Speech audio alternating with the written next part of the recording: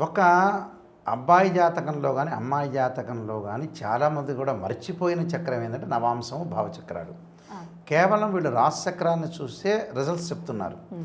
నవాంశం అంటే ఏందంటే వైవాహిక జీవితాన్ని తెలిపేదే నవాంశం. హ్మ్.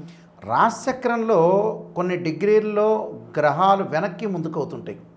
ఆ వెనక్కి ముందుకు చూసుకునే చక్రమే భావచక్రం అంటారు.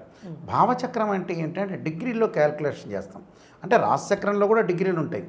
నవాంశం అంటే ఏంటంటే D9 చార్ట్ అంటారు మనకి. అంటే D16 అని, D10 చార్ట్ అని.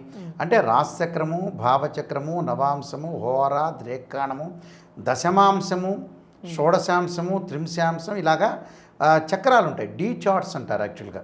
ఈ డీ చార్ట్ చూసేటప్పుడు ప్రత్యేకంగా రాశి చక్రంలో తేలని విషయము భావచక్రంలో ఉంటుంది.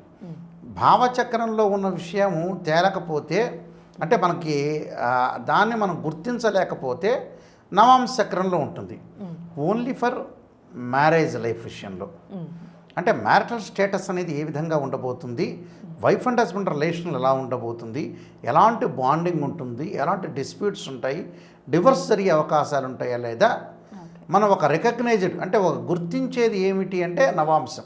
పర్టికులర్గా this is the D9 chart అంటారు. ఈ D9 చార్ట్కి రాశిచక్రానికి తేడా ఏంటంటే రాశిచక్రంలో ఉండే డిగ్రీల్ని భాగాలుగా డివైడ్ చేస్తారు.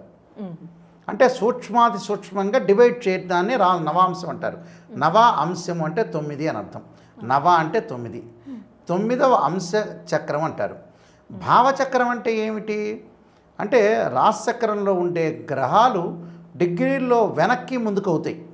అంటే మేషరాశిలో కుజుడున్నాడు అనుకోండి, భావచక్రంలో కొద్దిగా డిగ్రీల్లో సూక్ష్మాతి సూక్ష్మంగా అయితే అది మేన రాశి కావచ్చు, లేదా వృషభ రాశి రావచ్చు.